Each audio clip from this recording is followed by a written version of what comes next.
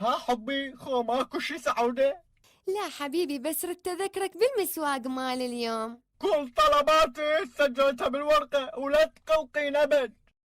بس نسيت أقول لك تجيب وياك شوية مبروش وفلفل أسود وكركم وطوز مال عنبة ومترين صوندة. خاف أجنوب أجيب لك الشورجة كلها وياي.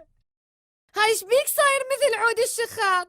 صدق لو قال أبو الدارمي الناس من يخلص صفر تكسر قزاز، وانت عكس الناس تكسر خاطري. صغيرون حسن. حسوني حبيبي، هسه تروح للمعارض وتبيعها للسايبة وتجيب بدالها كية.